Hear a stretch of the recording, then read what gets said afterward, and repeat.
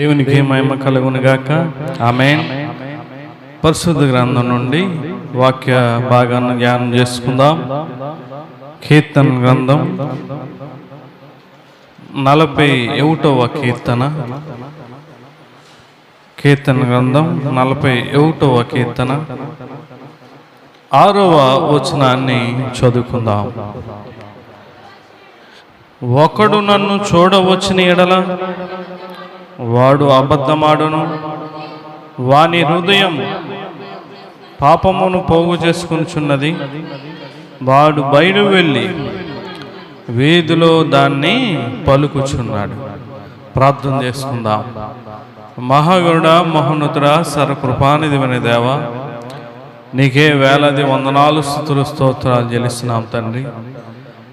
గడిచిన వారంలో మీరెక్కల చాటును మమ్మల్ని కాచి కాపాడి సజీవులుగా ఉంచి నీ పరిశుద్ధమైన సన్నిధిలో ఏ యోగ్యత లేని మాకు నేను స్తుతించే, గణపరిచే, ఆరాధించే యోగ్యత, అర్హత మాకు ఇచ్చినందుకు నీకే వందనాలయ్యా.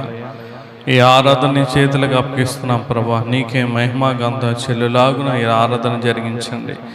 వాక్య నడిపింపులో మీరే మాకు సహాయం చేయండి. మా జీవితాలకు, మా బ్రతుకులకు అవసరమైన జీవాహారాన్ని ఈ పరిశుద్ధ గ్రంథంలో దాగి ఉన్న మర్మాలు, గూఢమైన వాక్యాలు మాకు తెలియచేయండి. ప్రతి ఒక్కరు హృదయాలు తెరవండి తండ్రి. ఇంకా ఎవరైనా బిడ్డలో నీ సన్నిధికి రావాల్సిన వారు ఉంటే సకాలంలో నీ సన్నిధి నడిపించమని, ఈ ఆరాధన నీకే మహిమగంత చెల్లులాగున సహాయం చేయమని వేడుకోంచి ఈ ప్రార్థన పాదాల సన్నిధి చేర్చమని ప్రభు అయిన యేసుక్రీస్తు పరిశుద్ధమైన నామమును బట్టి మిక్కిలి వినయంతో అడిగి వేడుకొంచున్నాం తండ్రి. ఆమేన్. అందరికీ వందనాలు. చదువుకున్న వాక్య భాగాన్ని చూస్తే కీర్తన 41వ కీర్తన 6వ వచనాన్ని మనం చదువుకున్నాం. ఇక్కడ ఏమని రాయబడి ఉందంటే, ఒకడు నన్ను చూడవచ్చిన ఎడల వాడు అబద్ధమాడును, వాని హృదయము పాపమును పోగు చేసుకొనుచున్నది. వాడు బయలు వెళ్ళి వీధిలో దాన్ని పలుకుచున్నాడు అని చెప్తా ఉన్నాడు. ఇక్కడ మనం ఆలోచన చేస్తే కొంతమంది నేను దేవుడు కనబడ్డాడు, దేవుడు నేను చూశాను అని చెప్తా ఉంటారు. దర్శనంలో దేవుడు కనబడ్డాడని. దేవుడు కనబడితే ఇంకా మనకేం కనబడదండి. దేవుడు కనబడితే కనబడిన వ్యక్తి ఉండడు. ఒక్క వ్యక్తి మాత్రమే ముఖాముఖిగా మాట్లాడాడు. ఆయనే దైవజనుడైన మోషే గారు.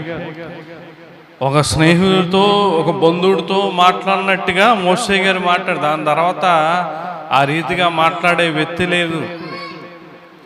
చాలామంది ఈ రీతిగా చెలవిస్తూ ఉంటారు, చెప్తూ ఉంటారు, నాకు దేవుడు దర్శనమిచ్చాడు, దేవుడు నాతో మాట్లాడాడు, పలానా దగ్గరికి వెళ్ళమన్నాడు, ఇట్లా కానీ ఇలా దాన్ని ఒకడు నన్ను చూడవచ్చిన వాడు అబద్ధమాడును.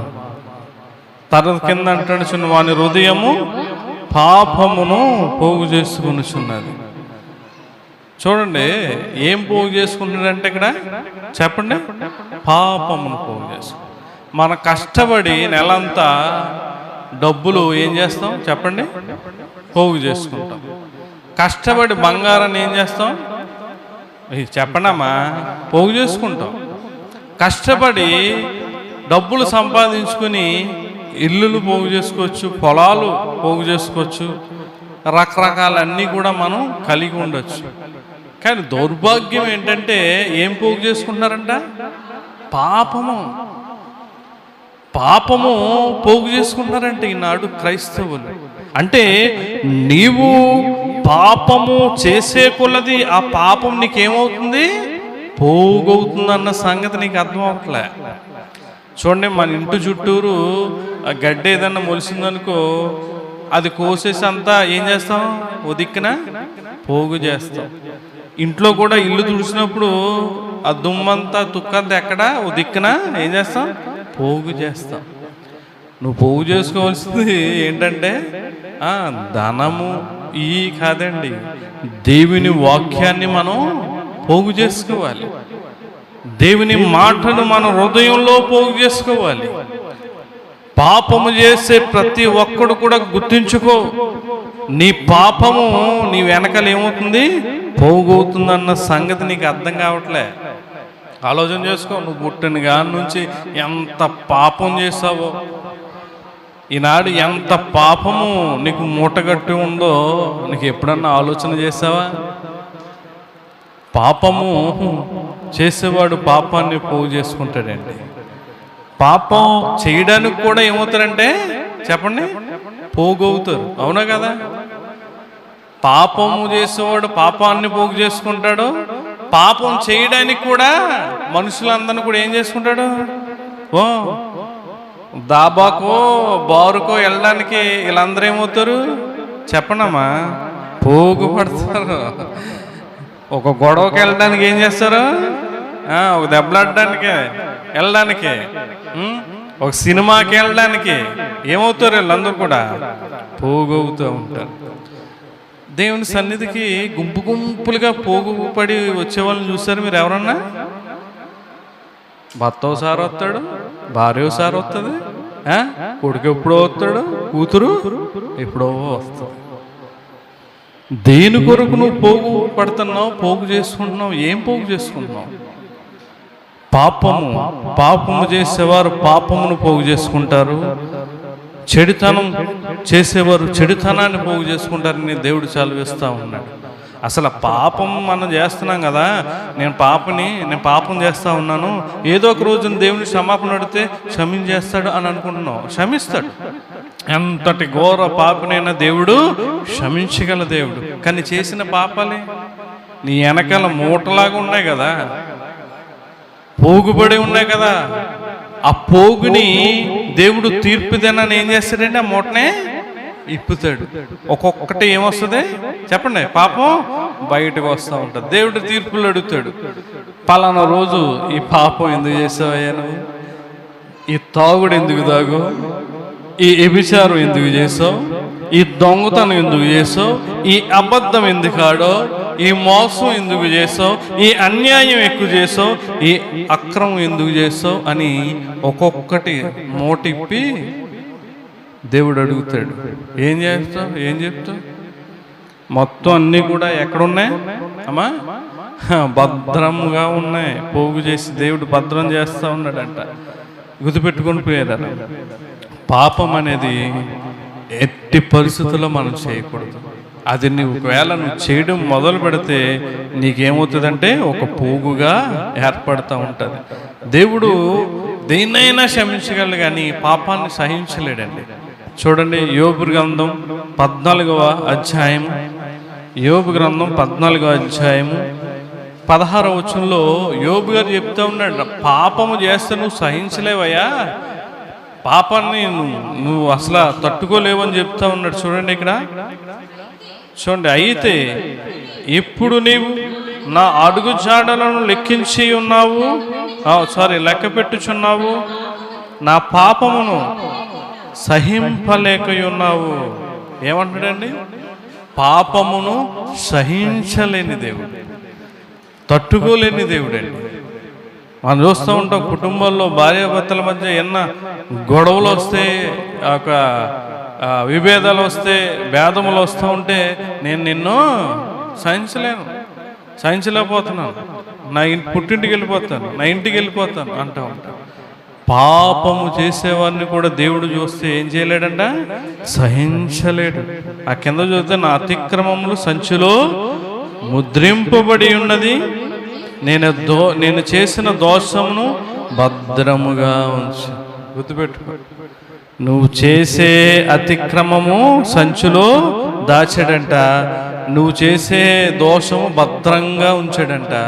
నువ్వు చేసే పాపాన్ని ఏం చేస్తున్నాడు? దేవుడు పోగు చేస్తున్నాడు. గుర్తుపెట్టుకో. నువ్వు అనుకుంటావు నేను ఎలాగే పడతాలో ఉంటాను, నా ఇష్టానుసారంగా ఉంటాను, కరెక్ట్గా రాకడ వస్తుందనగా మనకి ప్రకృతి ఇవన్నీ కూడా తెలిసిపోతాయి కదా, ఆయన వచ్చేటప్పుడు ఎలా ఉంటుందో తెలిసిపోద్ది కదా, అప్పుడే నేను మోకరించేసి నా పాపాన్ని ఒప్పేసుకుంటాను, దేవుడు తనతో పాటు తీసుకెళ్ళిపోతాడు అనుకుంటున్నామేమో. గుడ్డిగా చేసిన ప్రతి దానికి కూడా మనం లెక్క అప్పగించాలి. వాని క్రియల ప్రతిఫలము దేవుడు వారికి ఇస్తాడండి. మనం చూస్తూ ఉంటే పాపాన్ని సహించలేని దేవుడు ఆయన. పాపాన్ని సహించలేనిది. అందుకే సొదొమ గొమొర్రా ప్రాంతాన్ని నాశనం చేయడానికి కారణం ఏంటంటే సహించలేకపోయాడు. పెద్దవాళ్ళు చేశారు, ఏదో చేశారంటే కాదు. బాల్యం నుండి పిల్లలు మొదలుకొని వృద్ధుల వరకు కూడా వాళ్ళు భయంకరమైన ఘోర పాపాల్లో వారు జీవిస్తూ ఉన్నారు, పాపంలో. అందుకే దేవుడు మొత్తం నాశనం చేసాడండి. ఒక మాట అంటాడు, ఆదికాండం 18వ అధ్యాయం చూడండి 20 వచనం మనం చదివితే, మరియు యెహోవా సొదొమ గొమొర్రాలను గూర్చిన మొర్ర గొప్పది గనుకను వాటి పాపము బహుభారమైనది అంటున్నాడు. పాపం ఏమైపోయిందంటండి? బహుభారం అయిపోయింది. అదే పాపం నీ కుటుంబానికి నీకు భారం అవుతుందన్న సంగతి నువ్వు ఎందుకు అర్థం చేసుకుంటలేదు? చెప్పండి. దేవుడు అన్నాడు, ప్రయాసపడి భారం, మన పాప భారం అంతా ఆయన మీద వేయాలి. ఇంకా నీ పాపాన్ని, నీ భారాన్ని నువ్వే మోసుకుంటే ఇంక దేవుని నమ్ముకోవడంలో ఏం ఉపయోగం ఉంది? ఎందుకు మన భారాన్ని ఆయన మీద వేయమన్నాడు? ఈ రోజున నువ్వు పాపం చేస్తున్నావు అంటే నీ ఇంట్లో పాపము పోగవుతుంది. నీ కుటుంబంలో పాపం ఉందండి. పాపం ఉంటే ఆశీర్వాదం ఎట్లా వస్తుంది? పాపం ఉంటే నీ ప్రార్థన ఎట్లా ఆలకిస్తాడు? పాపుల మాని దేవుడు ఆలకించడు. హోషేయ గ్రంథంలో చూస్తే చూడండి, హోషేయ ప్రవక్త ఒక చక్కటి మాట చెప్తాడు. ఆయన 4వ అధ్యాయము, హోషేయ గ్రంథం 4వ అధ్యాయము 7వ వచనం చదువుదాం.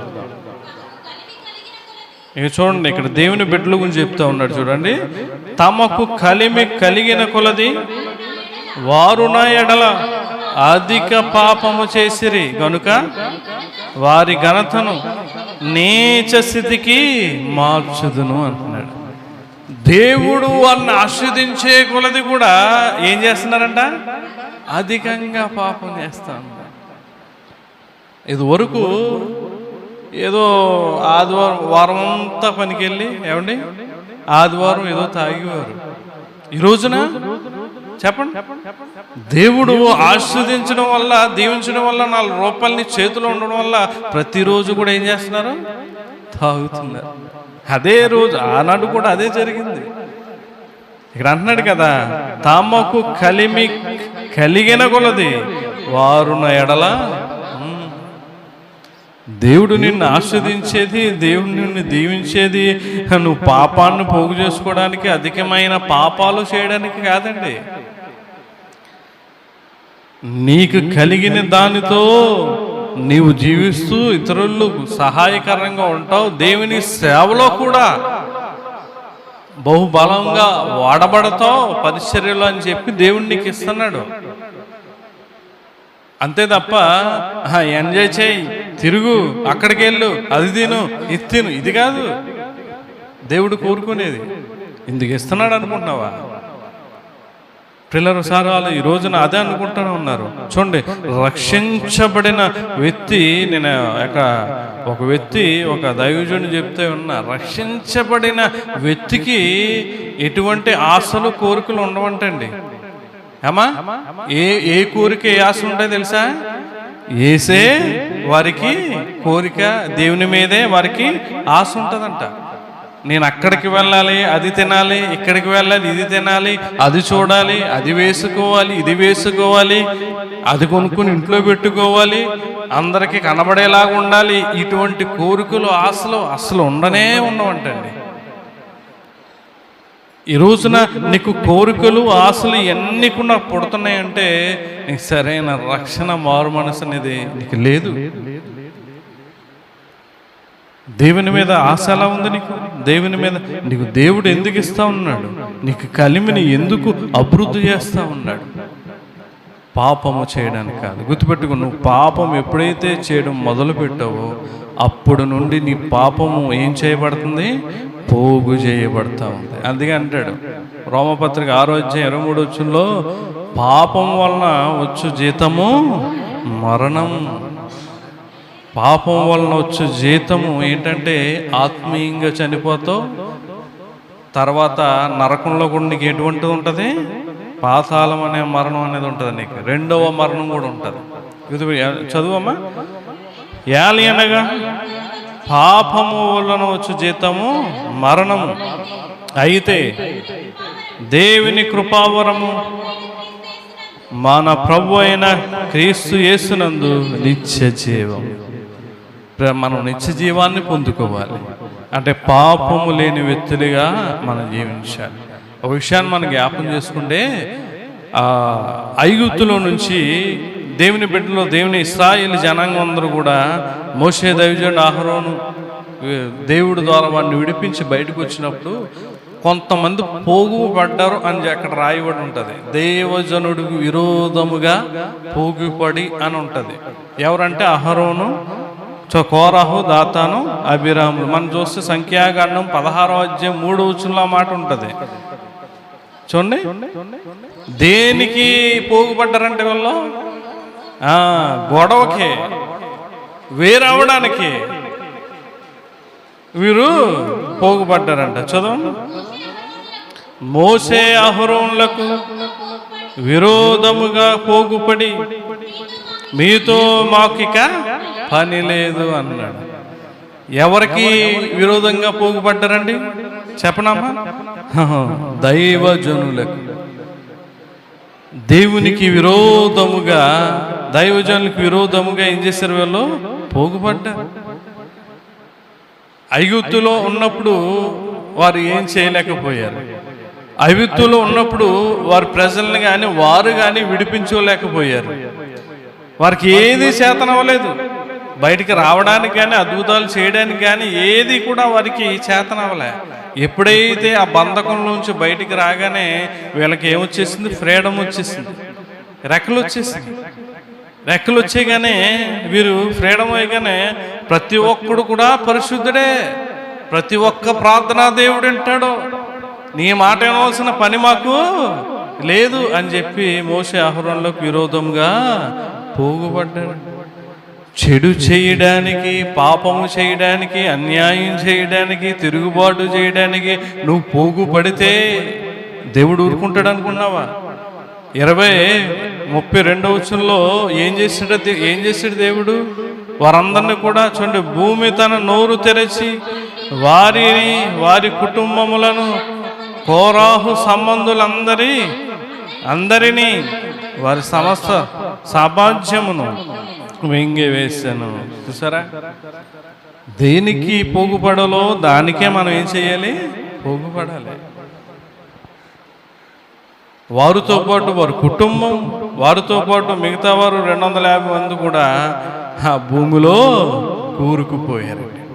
బ్రతికుండి భూమిలోకి వెళ్ళిపోయారు. గుర్తుపెట్టుకోండి, పాపమును మనం పోగు చేసుకోకూడదు. రెండవదిగా మనం చూస్తే ప్రియులారా చూడండి, 2వ తిమోతి పత్రిక 4వ అధ్యాయము, 2వ తిమోతి పత్రిక 4వ అధ్యాయము, అనుకూలమైన సేవకులను, బోధకులను పోగు చేసుకుంటా ఉన్నారు ఈ రోజున. చూడండి, 2వ తిమోతి పత్రిక 4వ అధ్యాయం 3-4 వచనాలు చదువుదాం. చూడండి, 2వ తిమోతి పత్రిక 4వ అధ్యాయము 3-4 వచనం. ఎందుకనగా జనులు హితబోధను సహింపక దురద చెవులు గలవారై తమ స్వకీయ దురాశలకు అనుకూలమైన బోధకులను తమ కొరకు పోగు చేసుకొని సత్యమునకు చెవినియక కల్పనా కథల వైపు తిరుగు కాలము వచ్చును అంటున్నాడు. ఎవరిని పోగు చేసుకుంటున్నారంటే చెప్పండి అమ్మా? అనుకూలమైన బోధకులను, అంటే సేవకులను. ఎవరైనా ఈ మధ్యన కొన్ని సంఘాలు కట్టబడుతూ ఉన్నాయి. ఒక కులం, ఆ కులంలో వారి కాల్లో సంఘాన్ని ఏర్పాటు చేసుకుని అక్కడ సేవకుల్ని ఏర్పాటు చేసుకుంటూ ఉంటారు. ఎటువంటి సేవకుల్ని? అనుకూలమైన సేవ. ఈ మధ్యన సంఘానికి వెళ్ళడం కూడా మనకి ఏ సేవకుడైతే చెప్పండి అనుకూలంగా ఉంటాడు, మన మాట వినేలాగా, మనం చెప్పింది చేసేలాగా. అమ్మా సంఘం మాట దైవజనుడు వినాలా, దేవుడి మాట దైవజనుడు వినాలా? చెప్పండి, ప్రతి ఒక్కరు చెప్పండి. ఎవరి మాట వినాలి? సేవకుడు దేవుని మాట వినాలి. సంఘం ఎవరి మాట వినాలి? దేవుని మాటే వినాలి. అంతే తప్ప దైవజనుడు సంఘం మాట వినకూడదు. అది వాక్యానుసారమైతే తప్పదు, ఆత్మానుసారమైతే తప్పదు. పిల్లలు గుర్తుపెట్టుకుని, ఈ రోజున అనుకూలమైన సంఘాలు ఎక్కడున్నాయి, అనుకూలమైన బోధకులు ఎక్కడ ఉన్నారు, అటువంటి వెతుక్కుని మరీ అక్కడికి వెళ్తూ ఉన్నారండి. పెత్తనాల కోసమో, పదవుల కోసమో, లేకపోతే బయటికి లోపలికి వెళ్ళి రావచ్చు అన్నట్టుగాను. ప్రియులు, ఒకసారి ఆలోచన చేయండి. నువ్వు ఎటువంటి వారిని నువ్వు పోగు చేసుకుంటున్నావు?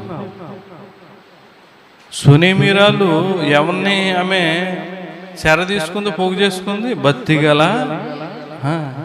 భక్తిగల దైవజనుడు ఆమె పోగు చేసుకుంది కనుక ఆమె ఇంట్లో లోటును దేవుడు తీర్చాడు.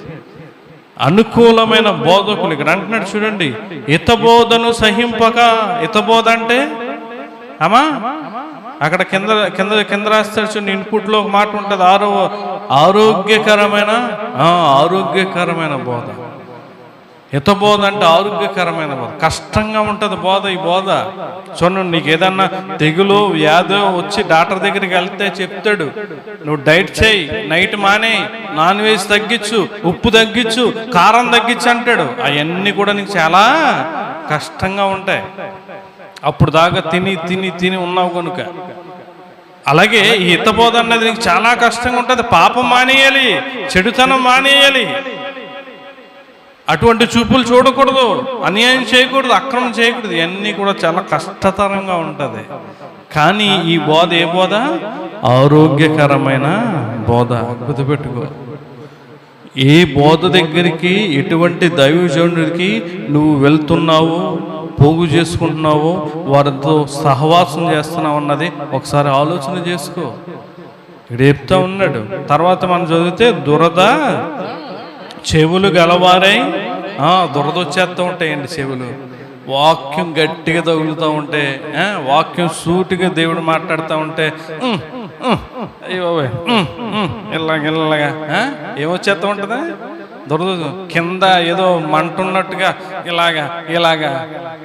వాక్యం, నా మాట చెప్పండి, నా మాట అగ్ని వంటిది, కాల్చేస్తుందండి. మనలో ఏదన్నా తేడా ఉంటే, మనలో ఏదన్నా లోపం ఉంటే దేవుని మాట ఏం చేస్తుంది? కాల్చేస్తుంది. కూర్చోలేకపోతున్నావు నువ్వు దేవుని సన్నిధిలో, ఒక గంట ఉండలేకపోతున్నావు నువ్వు దేవుని సన్నిధిలో. అంటే నీకు ఎంత శ్రద్ధ ఉందో దేవుని మీద ఆలోచన చేయి. కరెంటు పోతే వెంటనే ఎక్కడున్నాయో పేపర్లు తీసేసి, కచ్చిపీలు తీసేసి ఇలా ఇస్తాడు. చెమట అసలు చూడలేదా మనం? ఏమండి, అలా కూర్చుని దేవుని మాట్లాడదాం అన్నది ఉంటుందా? ఉండదు. ఆనాడు దేవుడు బోధిస్తూ ఉంటే కొండల మధ్య, రాళ్ళ మధ్య, ఎండల్లో అలా కూర్చుని 5 రోజులు 3 రోజులు అలా కూర్చుని ఉండేవారండి దేవుని మాటలో. ఈరోజు నీకు అంత కష్టం లేదు, ఎండ లేదు, నీకు వాన లేదు, చక్కగా దేవుడు మందిరాన్ని ఇచ్చాడు, ఫ్యాన్లు ఉన్నాయి, కింద బరకాలు ఉన్నాయి, మాసిపోకుండా నీ బట్టలు, కాలు సరిపోతే ఇబ్బంది ఉంటే కుర్చీలు ఉన్నాయి. అయినా ఇంత సౌకర్యం ఉన్నా కూడా నువ్వు దేవుని మీద శ్రద్ధ నిలపలేకపోతా ఉన్నావు. దురద చెవులు గలవారి తమ స్వకీయ దురాశలకు అనుకూలమైన బోధకులు తమ కొరకు పోగు చేసుకుంటా ఉన్నారు. జాగ్రత్త, నువ్వు ఎవరిని పోగు చేసుకుంటున్నావు? నీకు అనుకూలమైన బోధకులను కాదు, దేవునికి అనుకూలమైన సావుకు నువ్వు పోగు చేసుకోవాలి, సంపాదించుకోవాలి. పోగు చేసుకోవడం అంటే సంపాదించుకోవడం. అందుకే అంటాడు గలతీ పత్రిక పౌలు గారు 1వ అధ్యాయం 6వ వచనంలో ఏమంటున్నాడు చూడండి,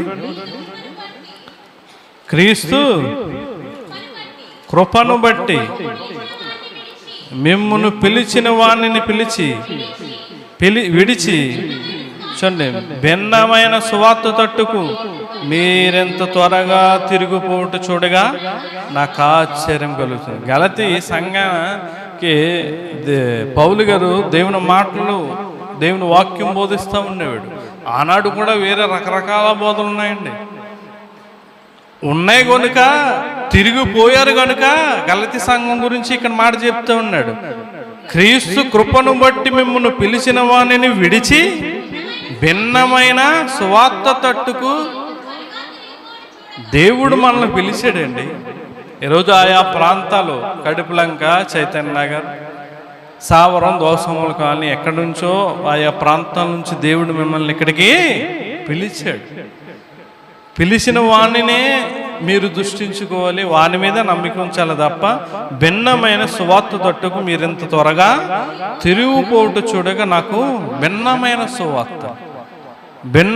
సువార్త అంటే దీనికి మించిన సువార్త పర్లేదు, పాపం చేసినా పర్లేదు అంటున్నారండి. ఏంటమ్మా, పాపం చేసినా పర్లేదు అంటున్నారు, తాగినా పర్లేదు అంటున్నారు. ఆనాడు ద్రాక్షరసం తాగారు కదండి, అదే ఈ రోజున వైన్ అండి, బ్రాందీ అండి అంటున్నాడు. సిగ్గు లేకుండా చెప్తున్నారండి. అంత పాపం చెయ్యొచ్చు అన్నప్పుడు దేవుడు ఎందుకు వచ్చి చనిపోయాడు? అన్ని శ్రమల బాధలు అనిపించి అవసరం లేదు కదా. ఆయన శ్రమలో, బాధలో, అవమానాలు అన్ని అనుభవించి ఆ సిలువలో, కల్వరి సిలువలో మరణించింది దేనికి? తాగడానిక, తిరగడానిక? ఈరోజున బోధలు ఎట్లాగ రకరకాలుగా అయిపోతున్నాయి. నువ్వేమి ఇవ్వాల్సిన పని లేదమ్మా, నీ హృదయాన్ని ఇయ్యమ్మా అంటున్నారు ఒకరు. సేవకుడిని పిలిచింది దేవుడు కదా, దేవుడు సేవకుని పోషించుకుంటాడు, నువ్వు మాత్రం ఏమీ ఇవ్వాల్సిన. జాబులు చేసి రిటైర్మెంట్లు అయిపోయి పెన్షన్ వస్తూ ఉంటుంది వీళ్ళకి.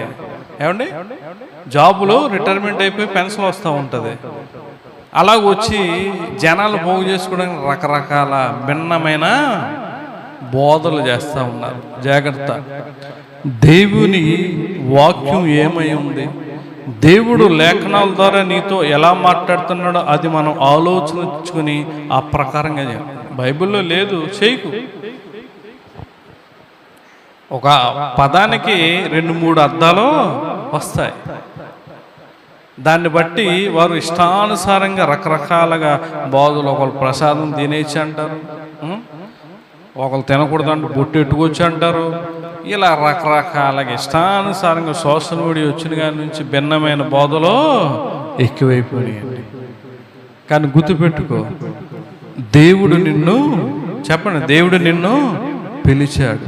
ఏమా చెప్పండి, దేవుడు నిన్ను పిలిచాడు. ఇక్కడ అదే చెప్తున్నాడు, క్రీస్తు కృపను బట్టి మిమ్మల్ని పిలిచిన వానిని విడిచి, దేవుణ్ణి విడిచిపెట్టుకోండి, దేవుని వాక్యాన్ని విడిచిపెట్టుకోండి. 2వ పేతురుపత్రిక 2వ అధ్యాయం 3వ వచనం మనం చదివితే చూడండి, ఇక్కడ కూడా పేతురుగా చెప్తూ ఉన్నాడు. వారు అధిక లోబులై కల్పనా వాక్యములు చెప్పుచు మీ వలన లాభము సంపాదించుకుందురు. వారికి పూర్వం నుండి విధింపబడిన తీర్పు ఆలస్యము చేయదు, వారి నాశనము కునికి నిద్రపోదు అంటున్నాడు. అధిక లోబులై కల్పనా వాక్యములు అంట. దేవుని వాక్యం కాదండి. ఏ వాక్యాలమ్మా చెప్పండి? దేవుని వాక్యం కాదు, పరిశుద్ధమైన వాక్యం కాదు. ఏ వాక్యం? కల్పనా వాక్యములు. మరి ఆ కల్పన, ఆ వాక్యమ గ్రంథం ఏమైనా ఉందో నాకైతే తెలియదు. ఈ గ్రంథం అయితే ఏ గ్రంథం అమ్మా? పరిశుద్ధ గ్రంథం. ఇందులో దేవుని వాక్యమే ఉంటుంది, కల్పన వాక్యము ఉండవు. మరి ఎక్కడి నుంచి తీసుకొస్తా ఉన్నారు ఇవన్నీ కూడా? ప్రియులారా, ఒకసారి ఆలోచన చేయండి. అధిక లోబులై అంటున్నాడు. కల్పనా వాక్యములు చెప్పుచు మీ వలన లాభము సంపాదించుకుందరు. కథలు చెప్పలేకండి. రావా అయ్యేదికి నాకు కథలు వాక్యం చెప్పడం కన్నా కథలు చెప్పడమే ఈజీ. మేము చదువుకున్నప్పుడు ఒక్కొక్కసారి ఉండేవాడు సోషల్ ఏముండదు కదా క్లాసు. సోషల్ అన్నది పెద్ద ఏముండదు. వచ్చేవాడు బొమ్మ గీసేసేవాడు. రాగానే బెలే ఆర్టిస్ట్ అండి మా సారు, హై స్కూల్ చదువుకున్నప్పుడు. రాగానే బోర్డు మీద ఏదో మ్యాప్ గీసేసేవాడు, ఏదో బొమ్మ గీసేసేవాడు, గీసేసి కూర్చునేవాడు. ఏడ్రా చెప్పండిరా కబుర్లు అనేవాడు. సార్ ఒకవేళ అమ్మాయిలు ఏమన్నా క్లాస్ చెప్పండి అంటే ఏం చెప్తాం క్లాసు, అది కాదు చూస్తా అదే క్లాసు అనేవాడు. ఏం చెప్పేవాడు కాదు. సోషల్ కదా, అరే ఆ బొమ్మ ఎత్తే చాలు మార్కులు వచ్చేస్తాయి, అదేరా క్లాసు అనేవాడు. ఏదో సరదాగా పాటలు పాడించేవాడు, అవి చేసేవాడు, ఇది చేసేవాడు. ఆ సార్ అంటే మా కుర్రోళ్ళందరికీ ఏమైంది, ఒరే మన సార్ వస్తున్నాడు రా, మన సార్ వస్తున్నాడు. ఒకసారి వచ్చేవాడు, అడిగిన దాన్ని క్వశ్చన్స్ చేసేవాడు. రాడ్డు చెప్పండి, రాడ్డు మాస్టర్ వచ్చాడు అన్నాడు. ఈ రోజున ఎటువంటి వాక్యాన్ని నువ్వు ఇష్టపడుతున్నావు ఒకసారి ఆలోచన చేయి. లాభము సంపాదించుకోవాలి, జనాల్ని పోగు చేసుకోవాలి, మందిరాలు నింపుకోవాలి, మందిరాలు కట్టాలి అన్న ఆలోచన కలిగిన వారే కల్పనా వాక్యం చెప్తారు. ఆత్మలే రక్షించబడాలి, దేవుని కొరకు నేను చనిపోలే ఒక్క ఆత్మైనా రక్షించి నేను చనిపోవాలి అనుకున్న వాళ్ళు మాత్రమే దేవుని హిత వాక్యం, ఆరోగ్యకరమైన బోధన ఇష్టపడతారండి. అందుకే అంటాడు 2 తిమోతి పత్రిక 3వ అధ్యాయము, 2 తిమోతి పత్రిక, ఇక్కడ పౌలు గారు తిమోతితో ఏం చెప్తున్నాడు తెలుసా? 2 తిమోతి పత్రిక 3వ అధ్యాయం 16-17 వచనాలు మనం చదివితే, దైవజనుడు సన్నద్ధుడై ప్రతి సత్కార్యమునకు పూర్ణముగా సిద్ధపడి ఉన్నట్లు దైవావేశం వలన కలిగిన ప్రతి లేఖనం. ఎలా చెప్పాలంటే ఏ ఆవేశం అమ్మా, ఏ ఆవేశం? ఎవరో ఎక్కడో ఏదో తిట్టారు, భార్య ఏదో అన్నది, భర్త ఏదో అన్నాడని ఆవేశం కాదు. ఏ ఆవేశం? దేవునికి కూడా ఒక ఆవేశం ఉంది. దైవ ఆవేశం కలిగి ప్రతి లేఖనం ఉపదేశించుటకును, ఖండించుటకును, తప్పు దిద్దుటకును, నీతి యందు శిక్ష చేయుటకు ప్రయోజకరమై ఉన్నది. దేవునికి మహిమ కలుగును గాక. ఆమేన్. బోధలో, వాక్యంలో ఖండింపు ఉండాలి, గద్దింపు ఉండాలి, తప్పు దిద్దడం ఉండాలి. ఇది లేని బోధ కాదు, కుదిపెట్టుకో. ఖండింపు ఉండాలి. ఇక్కడ అంటున్నాడు ఉపదేశించుట, ఖండించుటకు, తప్పు దిద్దుటకు, నీతి యొక్క శిక్ష చేయడం ప్రయోజనకరమై ఉండదంట. మన అనుకూలమైన బోధకులు పోగు చేసుకోకూడదు. దేవునికి అనుకూలమైన సేవకుల దగ్గరికే మనం వెళ్ళాలి, ఆ సేవకుల్నే మనం పోగు చేసుకోవాలి. అప్పుడే మనం దీవించబడతాం, ఆశీర్వదించబడతాం.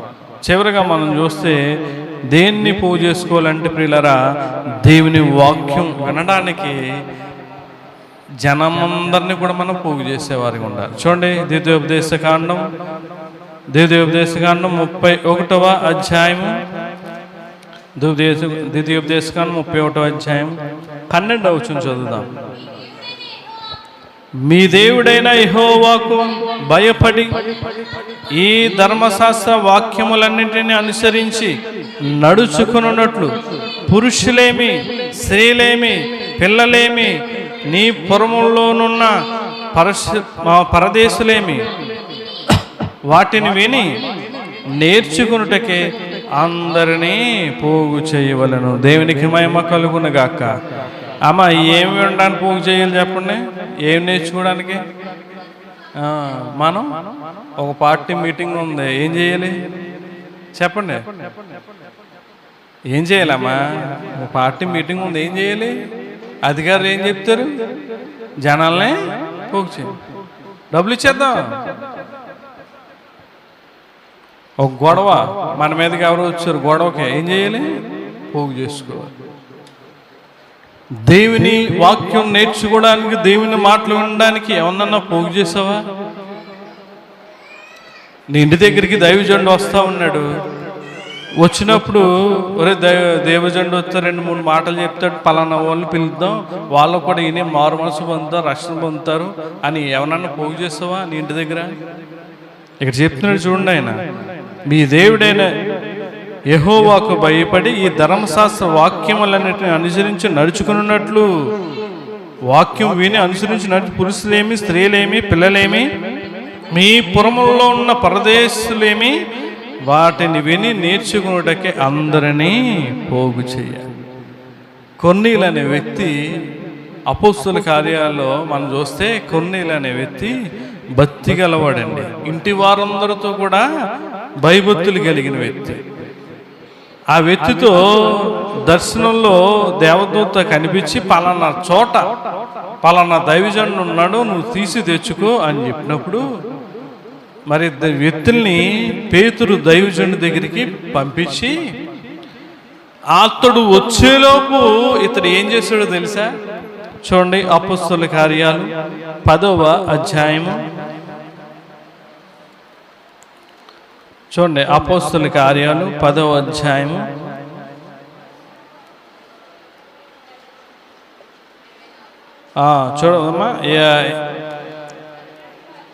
22 నుంచి మనం చదివితే వాళ్ళు చెప్తా ఉంటారు.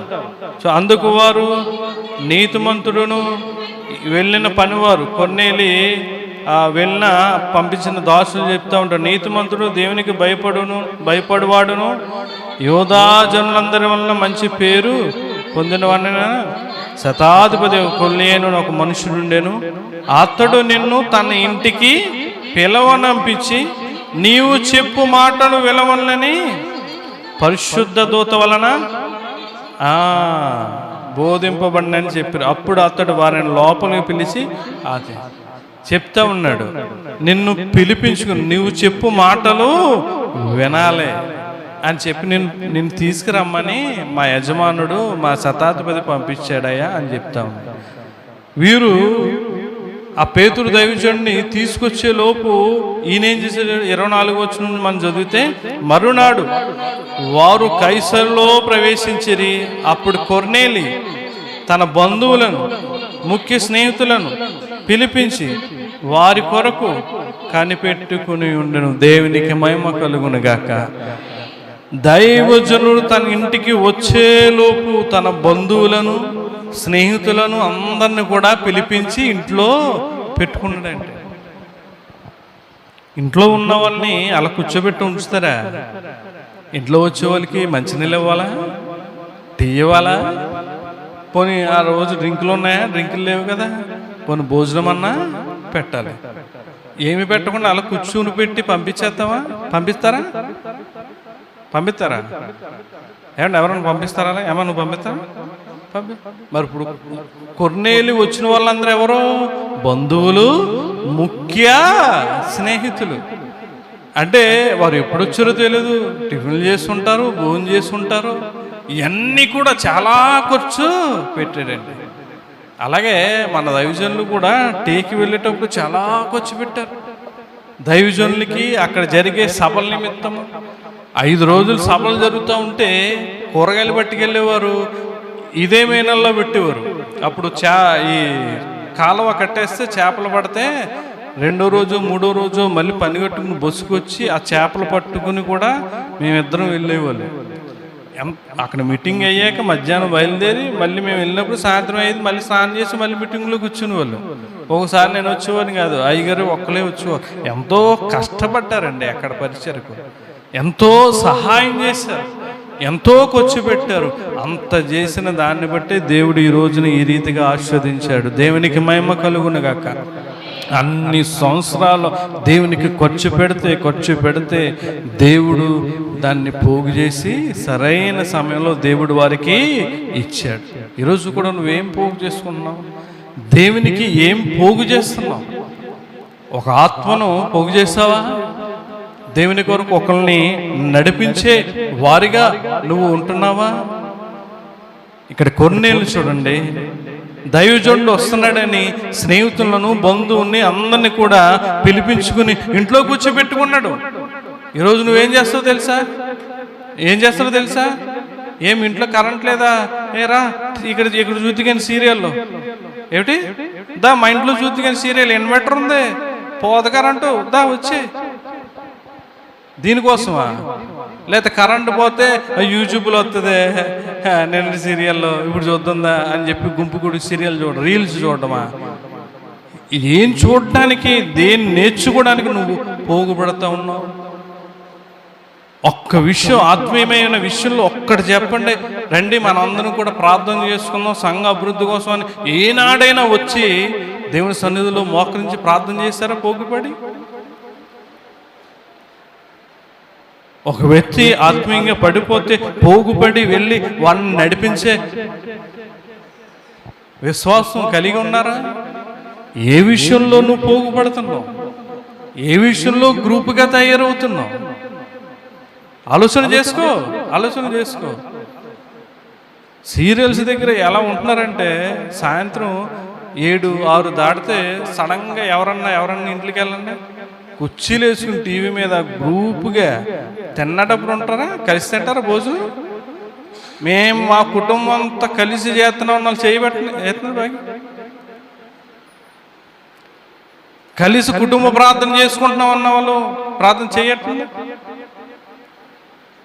లేదు, ఆ సీరియల్ చూడతాకి ఒరే ఈరోజు ఆదివారం అదేదో సినిమా అంట ఫస్ట్ టైం ఎత్తాడంటే ఫస్ట్ టైం టెలివిజన్ అని ఎత్తాడాడు, వారం నుంచి వేసేస్తా ఉంటున్నాడు, అటు రేటింగ్ కావాలి. దేని విషయంలో పోగుపడుతున్నామ్మా? ప్రార్థన చేసుకోవడానికి పోగుపడాలి, కుటుంబ ప్రార్థనకు పోగుపడాలి, దేవుని సన్నిధికి రావడానికి పోగుపడాలి, దేవుని మాటలు వినడానికి. దావీదు గారు దేవుని రాజ్యంలో ఆయన న్యాయం చేస్తూ ఉంటే సింహాసనం మీద కూర్చుని ఉంటే ప్రజలు వచ్చి అయ్యా ఈరోజు విశ్రాంతి దినం దేవుని మందిరానికి వెళ్ళాలనగానే ఏమని కూడా అంటే ఆయన సంతోషించి వారితో ఆ భోగుతో, ఆ గుంపుతో, ఆ గ్రూపుతో కలిసి దేవుని సన్నిధికి వచ్చేసేవాడంట. అలా కలిసి రావాలండి. సహోదరులు ఐక్యత కలిగి నివసించుట అంత మేలు. ఆ రీతిగా ఇక్కడ కొర్నేలి పిలిపించుకుని చూడండి, పేతురు లోపలికి రాగా కొర్నేలి 25వ వచనం, కొర్నేలి అతన్ని ఎదుర్కొని అతని పాదముల మీద పడి నమస్కారము చేశాను. ఒక మాట అంటాడు 33వ వచనంలో మనం చదివితే, వెంటనే నిన్ను పిలిపించింది నీ విషయాన్ని చెప్తాడు. దూత నాకు ప్రత్యక్షమై నువ్వు ఎక్కడ ఉన్నావు చెప్పావు, చెప్పిందయ్యా నేను అప్పుడు 2 మనుషులను పంపించి నిన్ను నా ఇంటికి తీసుకొచ్చానని చెప్తే ఆ మాటకి ఏమంటాడు తెలుసా? చూడండి ఏమంటాడు, వెంటనే నిన్ను పిలిపించి తిని నీవు వచ్చినది మంచిది, ప్రభువు నీకు ఆజ్ఞాపించినవన్నీ వినుటకే ఇప్పుడు మేమందరము దేవుని ఎదుట ఇక్కడ కూడి ఉన్నామని చెప్పాను. అందుకు పేతురు నోరు తెరిచి ఇట్లా నేను దేవునికి మహిమ కలుగును గాక. ఆమేన్. ఎందులో మనం పోగుపడాలండి? దేవుని సన్నిధికి రావడానికి పోగుపడాలి, దేవునికి ప్రార్థన చేయడానికి పోగుపడాలి, దేవుని సువార్త ప్రకటించడానికి పోగుపడాలి, దేవునికి పరిచర్య చేయడానికి పోగుపడాలి. పరిచర్య చేయడంలో కానీ ఎందులో అయినా సరే పోగుగా, గుంపుగా, ఐక్యతతో మనం దేవునిలో నడవాలి. ఎందులో పోగుపడతాం? ఒకసారి ఆలోచించి చివరిగా మాట చదువుచున్న కీర్తన 42వ కీర్తన చూడండి. 42వ కీర్తన 4వ వచనం మనం చదివితే, జన సమూహముతో పండుగ చేయుచున్న సమూహముతో నేను వెళ్ళిన సంగతిని సంతోషము కలిగి స్తోత్రములు చెల్లించుచు చూడండి, నేను దేవుని మందిరమునకు వారిని నడిపించిన సంగతిని జ్ఞాపకము చేసుకొనగా నా ప్రాణము నాలో కరిగిపోచున్నది. దేవునికి మహిమ కలుగునుగాక. ఇక్కడ కోరహు కుమారులు రాసిన కీర్తన అండి. వారు జ్ఞాపం తెచ్చుకుంటూ ఉన్నారంట. వారు ఎక్కడికి నడిపించారంట చెప్పండి అమ్మ? ఎక్కడికి వారందరూ కూడా పోగుపడి వెళ్ళారంట? దేవుని మందిరానికి. ఇది నీకుగా లేచి స్నానం చేసి వచ్చేస్తాను, నీ పక్కన వస్తున్నారా అన్న మాట లేదు నువ్వు లేచి వచ్చేస్తున్నావు అంతే. అలా వస్తా లేకపోతే వాళ్ళ బత్త వాళ్ళదే, వాళ్ళ విశ్వాసం వాళ్ళదే. అలా కలిసి రావాలి. చెప్తా ఉన్నాడు, నేను దేవుని మందిరముకు వాడు నడిపించిన సంగతిని జ్ఞాపకము చేసుకొనగా నా ప్రాణము నాలో కరిగిపోచున్నది. ప్రియులారా, మనం దేవుని వాక్యం వినడానికి, దేవుని మాటలు వినడానికి దేవుని సన్నిధికి అందరినీ పోగు చేసుకుని రావాలి. అంతే తప్ప నీకు నీవుగా రాకూడదు. ఇక్కడ దైవజనుడు వచ్చేలోపు దేవుని మాటలు వినడానికి అన్యుడండి కొర్నేలి. అది మీ అంత చదువుతూ ఉంటుంది. ఎందుకంటే ఆ దర్శనం కూడా పేతురుకు వస్తుంది, అన్యుల గురించి అన్నట్టుగా. అక్కడ అదంతా చదివితే సమయం ఉండదు. కానీ ఒక అన్యుడైన వ్యక్తి కొర్నేలే అంత జ్ఞానముగా ఉంటే మనం దేవుని బిడ్డలమండి. నీ కుటుంబం, నీ బంధువులు, నీ స్నేహితులు వీళ్ళందరూ కూడా రక్షించబడ్డారా? వారందరినీ మరి పోగు చేసుకుని దేవుని సన్నిధికి రావాలి కదా. అలాగే చెరసాల నాయకుడు కూడా ఇంటిలో అందరినీ కూడా పోగు చేస్తాడు. పౌలు దైవజనుని తీసుకెళ్ళి దేవుని మాటలు వినడానికి. అలాగే లూదియా కూడా ఏమంటది, నేను విశ్వాసము గలదాన్ని మీరు ఎంచితే నా ఇంటికి వచ్చి ఉండుడి. అరే కరెంటు పోయింది, వైఫై లేదు, అరే నీ ఇంటికి వచ్చానా, కలిసి గేమ్ ఆడుకుందామా, లేదా కలిసి ఉందామా? దేనికోసం పోగుపడతాము? బర్త్డేలు జరుగుతూ ఉన్నాయి. ఆ బర్త్డే జరిగేవాడు ఫ్రెండ్స్ ఎలా వస్తున్నారు, పోగయ్యి వస్తూ ఉన్నారు. దేనికి? కేక్ కట్ చేయడానికి, డిన్నర్ చేయడానికి. పెళ్లి రోజులు చేసుకుంటూ ఉన్నారు. ఈ చుట్టాలని, అత్తమామల్ని అందరిని కూడా పిలుచుకుని గుంపుగా చక్కగా చేసుకుంటా ఉన్నారు. అరే వీళ్ళందరూ ఉన్నారు కదా, దైవజనుని పిలుచుకుంటే దేవుని మాటలు వింటారు, అది కదా మనకు ఆశీర్వాదం అన్న జ్ఞానం లేదు ఈ రోజున. ఆడి స్నేహితులు వస్తే, మీ బంధువులు వస్తే ఆశీర్వాదం వస్తుందా? ఏమన్నాడు ఆయన? నీవు వచ్చుట. ఏమన్నాడు అక్కడ? మనం చదవం కదా 33వ వచనంలో ఏమన్నాడు? నీవు వచ్చుట. ఎవరు వచ్చుట? నీ కొడుకు ఫ్రెండ్సా, నీ కూతురు ఫ్రెండ్సా, నీ బంధువుల స్నేహితులు? ఎవరు వచ్చుట? దైవజనుడు వచ్చుట మంచిది. మార్చుకోండి పద్ధతులు. ఒకడు ఏదో చేస్తున్నాడండి, అది చేయడం, అదే ఫాలో అయిపోతూ ఉన్నారు. కోటాలు కూడా పెడతలేదు ఎవరు కూడా. నీ కొడుకు బర్త్డే చేసుకుంటాడంటే దేవుడు నీ కొడుక్కి ఆయుష్ ఇచ్చాడు, నీ బిడ్డకి ఆయుష్ ఇచ్చాడు, ప్రాణం ఇచ్చాడు, ఊపిరిచ్చాడు. ఒకవేళ నీ బిడ్డను తీసేసుకుంటే ఎక్కడ చేస్తావు బర్త్డేలు? ఎవరికి చేస్తావు బర్త్డేలు? ఎవరికి చేస్తావు పెళ్లి రోజులు? ఆలోచన, ఆత్మీయమైన ఆలోచన లేకుండా పోతుంది. బర్త్డేలు పెళ్ళిళ్ళు వస్తూ ఉంటే ఏంటండి అది? దేవునికి ఏం విలువ ఇస్తున్నావు నువ్వు? సంవత్సరం అంతా 365 రోజులంతా కూడా నీ బిడ్డను దేవుడి కంటే ఎప్పలా కాచి కాపాడుతుంటే దేవుడికి ఇచ్చే విలువ, నీ బంధువులకి, ఆ స్నేహితులకి ఇచ్చే విలువ దేవునికి కూడా ఇవ్వట్లేదు. దేవుడు అంతా చూస్తున్నాడు, దేవుడు అంతా చూస్తున్నాడండి. దేవుడు లెక్క అడుగుతాడు. నీ బిడ్డను నేను కాబడితే ఎవడికో నువ్వు ఘనత చేస్తావా, ఎవరినో నువ్వు పిలిపించుకుంటావా ఇంటికి అని దేవుడు అడుగుతాడు. దేవుడికి లెక్క చెప్పుకో. దేవుడు నన్ను చెప్పమన్నాడు, నేను చెప్తున్నాను అంతే. పిల్లలు ఒకసారి ఆలోచన చేయండి. పాపము మనం పోగు చేసుకోవద్దు. అలాగే ఎవరిని పోగు చేసుకోకూడదు? అనుకూలమైన సేవకులను, బోధకులను మనం పోగు చేసుకోకూడదు. ఏం చేసుకోవాలి? ఏం చేయాలి? దేవుని మాటలు వినడానికి, దేవుని మందిరానికి, నీ ఇంటి దగ్గర కానీ ఎక్కడైనా సరే అందరిని కూడా మనం ఏం చేయాలి? పోగు చేయాలి. గుర్తుపెట్టి, సమాజంలో జరుగుతుంది ఏంటంటే గొడవలకి, ఆటలకి, వీటికి, సినిమాలు చూడడానికి, తీర్థం వెళ్తాకి, లేకపోతే పిక్నిక్లకి వెళ్ళడం, దీనికి కాదండి పోగు చేసుకోవడం. దేవుని మాటలు వినడానికి పోగు చేద్దాం. అనేకులకు మనం రక్షణ మార్గాన్ని వారికి చూపిద్దాం. అట్టి కృప మీ అందరికీ దేవుడు దయచేయను గాక. ఆమేన్. ఎత్తబడిన మాటల ప్రకారం ఒక్క నిమిషం దేవుణ్ణి అడగండి ప్రియులారా. ఈ రోజున మనం కష్టపడి ధనం పోగు చేసుకుంటాం, బంగారం పోగు చేసుకుంటాం, వస్తువులు పోగు చేసుకుంటాం. మనకు కావాల్సిన చాలా మనకు సంబంధించిన ప్రతిదీ కూడా మనం పోగు చేసుకుంటాం. నీ ఆత్మీయమైన జీవితంలో ఏం పోగు చేసుకుంటున్నావు? ఏనాడైనా ఆలోచన చేస్తావా? పాపం చేసేవాడు పాపం పోగవుతుంది అన్న సంగతి ఎప్పుడు కూడా ఆలోచన చేయట్లేదు. చెడుతనం చేసేవాడు చెడుతనం పోగవుతుంది అన్న సంగతి ఎప్పుడు కూడా ఆలోచన చేయట్లేదు. మనం చేసే దోషము కానీ, చెడుతనం కానీ, పాపం కానీ దేవుడు సంచిలో దాచాడు, భద్రంగా ఉంచాడంట. తీర్పు దినాన్న ఆ సంచిని ఇప్పుతాడండి దేవుడు. ఒక్కొక్క దానికి కూడా మనం లెక్క అప్పచెప్పాలి. నువ్వు అనుకూలమైన బోధకులు, అనుకూలమైన సంఘాన్ని మనం ఏర్పాటు చేసుకోకూడదు. ఇక్కడైతే మనం పెత్తనం చేయొచ్చు, ఇక్కడైతే మనం మన ఇష్టానుసారంగా ఉండొచ్చు, ఇక్కడైతే మనకు బాగుంటుంది అని చెప్పి నువ్వు అనుకూలమైన సంఘాన్ని, బోధకులను చూసుకుని పోతా ఉన్నావు. దేవుడు అడుగుతాడమ్మా, నువ్వు వాక్యాన్ని, ఆరోగ్యకరమైన బోధను నువ్వు ఇష్టపడాలి. అంతే తప్ప దురద చెవులు కలిగి నీ స్వకీయమైన ఆలోచన ప్రకారంగా నువ్వు జీవించకూడదు. దేవుడు చెప్తా ఉన్నాడు కదా, దైవావేశం వలన బోధించాలని. వాక్యంలో ఖండింపు ఉండాలి, గద్దింపు ఉండాలి, తప్పు దిద్దేలాగా ఉండాలి. అదే బోధన చెప్తా ఉన్నాడు.